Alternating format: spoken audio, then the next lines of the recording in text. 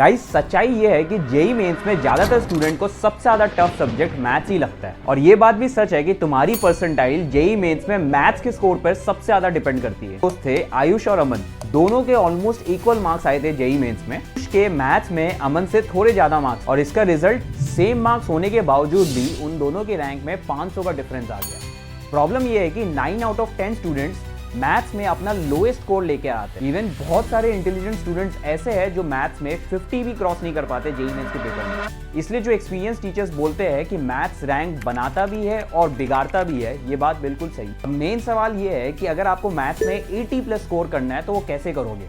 Definitely इसके लिए आपको एक स्मार्ट स्ट्रेटजी अडॉप्ट करनी पड़ेगी। मेरे मैथ्स में जेईई मेंस में out of physics chemistry maths सबसे ज्यादा स्कोर आया था, और इसका मेन रीजन था मेरे कोचिंग के मैथ्स टीचर आशीष अग्रवाल सर, जिनसे मैं अपने सारे मिस्टेक शेयर करता था, जिससे मेरी मैथ्स बहुत स्ट्रांग होगी। बाकी वीडियो स्टार्ट करने से पहले कमेंट सेक्शन में मुझे ये बताओ कि आपके अभी मॉक टेस्ट में मैथ्स में कितने मार्क्स आते हैं, और क्या मैथ्स के मार्क्स आपके बाकी सब्जेक्ट से ज्यादा है या कम है। और हाँ, इस चैनल को सब्सक्राइब कर लेना, बिकॉज इस चैनल में आने वाले वीडियोस तुम्हारे जेईई प्रिपरेशन को बदल के रख देगा। बाकी वीडियो स्टार्ट करते सबसे पहले पॉइंट से, which is complete full syllabus. देखो, जेईई एडवांस के केस में आप कुछ टॉपिक्स छोड़ भी सकते हो मैथ्स में, क्योंकि वहां क्वेश्चंस बहुत टफ आता है। लेकिन जेईई मेंस के केस में ऐसा कभी मत करना। मेंस में हर साल बहुत सारे चैप्टर से सिंपल फॉर्मूला बेस्ड क्वेश्चंस पूछ लिए जाते हैं। इसलिए आपका सबसे पहला स्टेप होना चाहिए कि मैथ्स का सिलेबस कंप्लीट करो, और जो इवन वीक टॉपिक्स है उससे भी एटलीस्ट 1 से 2 क्वेश्चन बनने लायक आपको बनना ही पड़ेगा। और देखो यार, बहुत सारे बच्चे इस वीडियो में ऐसे भी होंगे जो अभी के टाइम पे प्रिपरेशन स्टार्ट कर रहे होंगे, या 1 महीने या 2 महीने पहले प्रिपरेशन अच्छे से स्टार्ट किया होगा, तो उनके बहुत कम ही चैप्टर्स कवर हुए होंगे। तो यार उन्हीं स्टूडेंट्स को मैं स्पेशली रिकमेंड करूंगा कि आपके वो मैथ्स के केस में कुछ इंपॉर्टेंट चैप्टर्स कर लेने चाहिए, क्योंकि आपके पास इतना टाइम नहीं है कि पूरा सिलेबस कंप्लीट कर लो। तो सबसे पहला प्रायोरिटी होना चाहिए इंपॉर्टेंट चैप्टर्स आप लोगों के लिए, और उसके बाद जो बचे हुए चैप्टर्स करने हैं। इससे कौन से इंपॉर्टेंट चैप्टर्स है उसका लिस्ट आपको सामने दिख रहा होगा, आप स्क्रीनशॉट ले लेना। सेकंड इंपॉर्टेंट स्टेप है फॉर्मूला बुकलेट बनाओ। यार आप बिलीव नहीं करोगे, जो मेरा जेईई मेंस का पेपर था उसमें 4 से 5 क्वेश्चन ऐसे थे मैथ्स में जो सिंपल फॉर्मूला बेस्ड क्वेश्चंस थे। अगर किसी को भी फॉर्मूला अच्छे से चैप्टर का बेसिक भी आता है तो वो क्वेश्चन बहुत इजीली कर पाएगा। और इवन आप अभी के भी प्रीवियस ईयर पेपर्स उठाओगे तो आपको दिखेंगे कि 2-3 क्वेश्चंस ऐसे होंगे जो सिंपल फॉर्मूला बेस्ड है, मैथ्स में पूछा गया है। इसलिए मैं आपको रिकमेंड करूंगा कि मैथ्स के जितने भी फॉर्मूलाज वो आपके टिप में होना चाहिए, और वो तभी हो पाएगा जब आप सबके लिए एक फॉर्मूला शीट या फॉर्मूला नोटबुक टाइप बनाओ और फॉर्मूलाज को डेली रिवाइज करो। थर्ड इंपॉर्टेंट स्टेप है कि practice is the key. Maths के केस में सबसे इंपॉर्टेंट चीज प्रैक्टिस है। अगर कोई बच्चा ये सोच रहा है कि मैं लेक्चर्स देख ले रहा हूं, मैं नोट्स बना ले रहा हूं, मेरा मैथ्स बहुत अच्छे से हो जाएगा, तो आप कुछ भी नहीं कर रहे हो, ऑलमोस्ट जीरो में अगर आप इतना कर रहे हो। क्योंकि मैथ्स में प्रैक्टिस ही सबसे इंपॉर्टेंट है। जितना ज्यादा क्वेश्चंस आप करोगे चैप्टर में, उतना ही आपका मैथ स्ट्रांग होगा। और अगर आप हर चैप्टर में 150-200 questions depending on chapters difficulty, अगर आप इतना कर लेते हो तो आपके जेईई मेंस में एक अच्छा स्कोर करने के लिए वो more than enough. Maths question practising के लिए सबसे इंपॉर्टेंट चीज मैं आपको बता देता हूं, आपके कोचिंग के जो मटेरियल्स है जैसे डीपीपीज, मॉड्यूल्स, वो बहुत इंपॉर्टेंट है। और उसके बाद प्रीवियस ईयर क्वेश्चंस। अगर आप चाहते हो तो मैथ्स में एनसीईआरटी के सॉल्व एग्जांपल्स कर सकते हो, बट यार बाकी एक्सरसाइज क्वेश्चंस बहुत बेसिक है, इवन एग्जांपल्स भी बेसिक है। मैथ्स के लिए मैं आपको अगर बुक वाइज रिकमेंड करूंगा तो आप अरिहंत कर लो, सिंगेज कर लो, जो बहुत अच्छे बुक्स है जो आप फॉलो कर सकते हैं। बट आपके जो कोचिंग के मटेरियल्स और पीवाईक्यूज है वो सबसे सॉलिड मटेरियल है जिसको आपको करना ही है। वीडियो में आगे बढ़ने से पहले एक इंपॉर्टेंट चीज, टीचर्स डे के मौके पे फिजिक्स वाला के जेईई बैचेस में मिल रहा है लिमिटेड टाइम डिस्काउंट। तो वेट किस बात का, फिजिक्स वाला ऐप पे जाओ, अपनी प्रिपरेशन के अकॉर्डिंग बैच सेलेक्ट करो और डिस्काउंट का फुल फायदा उठाओ। जैसे अर्जुना जेईई 3.0 2026 बैच जो क्लास 11 स्टूडेंट के लिए वो 4000 में मिल रहा है। अर्जुना जेईई का 4.0 2026 बैच 6 सितंबर से आप एनरोल कर सकते हो।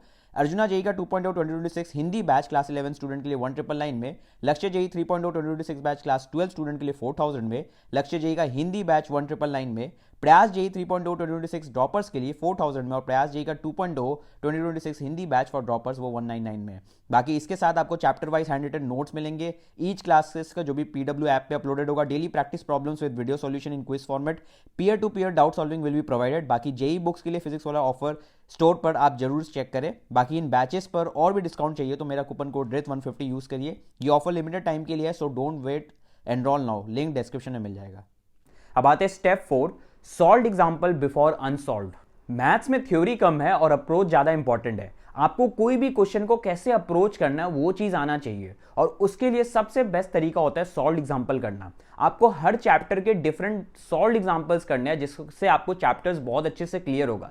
जैसे कोई भी चैप्टर में एग्जांपल लेता हूँ स्ट्रेट लाइन, तो स्ट्रेट लाइन में आपको बेसिक जितने भी टॉपिक्स है, जैसे डिस्टेंस बिटवीन टू लाइंस निकालना, डिस्टेंस बिटवीन पॉइंट्स निकालना, जो भी आप कर रहे हो उसमें आपको हर टॉपिक के डिफरेंट सॉल्व एग्जांपल करने हैं। उससे आपको समझ में आएगा कि इस जो ये पर्टिकुलर क्वेश्चन है उसका अप्रोच कैसे करना है, और वो चीज आपके दिमाग में रहना चाहिए। और वो तभी पॉसिबल होगा जब आप हर चैप्टर में 40-30 मिनिमम साइड में इतने सॉल्व एग्जांपल्स करोगे। सॉल्व एग्जांपल करने के बाद अनसॉल्व क्वेश्चन करो, जैसे डीपीपीस करो, पीवाईक्यूज करो। अगर आप ये पैटर्न फॉलो करते हो तो आपको समझ में आएगा कि हाँ, अप्रोच समझ में आ रहा है हमें। अब आते हैं step 5 which is very important, time management and mock test. देखो यार, जब मैं मैथ्स की क्वेश्चंस करता था, इवन मेरे जो कोचिंग के टीचर आशीष अग्रवाल सर, वो हमेशा हमें यही चीज कहते थे कि आपको जब भी कोई भी चैप्टर के आप क्वेश्चन कर रहे हो, कोई भी एक्सरसाइज कर रहे हो, तो सामने एक टाइमर रख दो। अगर आप 30 क्वेश्चन सॉल्व कर रहे हो मैथ्स के, तो आप पर क्वेश्चन 2 मिनट करके दो। इस हिसाब से 1 घंटे के अंदर में आपको 30 क्वेश्चन करने हैं, जो हाँ बहुत टफ है, बट आपको इस हिसाब से ही प्रैक्टिस करना होगा। टाइमर ऑन करो, 1 घंटे के अंदर में 30 क्वेश्चन करने हैं, और चेक करो कि आपको 60 क्वेश्चंस कितना टाइम लग रहा है करने में, और जो भी क्वेश्चन आपके 2 मिनट फ्रेम के अंदर में हो रहा है उसको करो, और जो नहीं हो रहा है उसको स्किप करके बाकी क्वेश्चन अटेम्प्ट करो। ये अगर आप पैटर्न फॉलो करते हो टाइम मैनेजमेंट के लिए, स्पेशली आपके पेपर में बहुत ज़्यादा हेल्प होगा, क्योंकि पेपर में भी सेम आपको यही चीज़ करना है। बहुत सारे बच्चे गलती क्या करते हैं, कोई भी क्वेश्चन रैंडमली कर रहे हैं पेपर में, तो उनका कोई ऐसा क्वेश्चन आ गया जो उसको बहुत अच्छे से आता है, बट सॉल्यूशन नहीं आने पे वो उस क्वेश्चन में 5 minute, 6 minute, 7 minute, even 10-10 minute करके भी दे देते हैं। तो आप सोचो कि 3 घंटे के पेपर में 10 मिनट आप एक क्वेश्चन में या 8 मिनट दे देते हो, तो आप कितना पीछे जा रहे हो।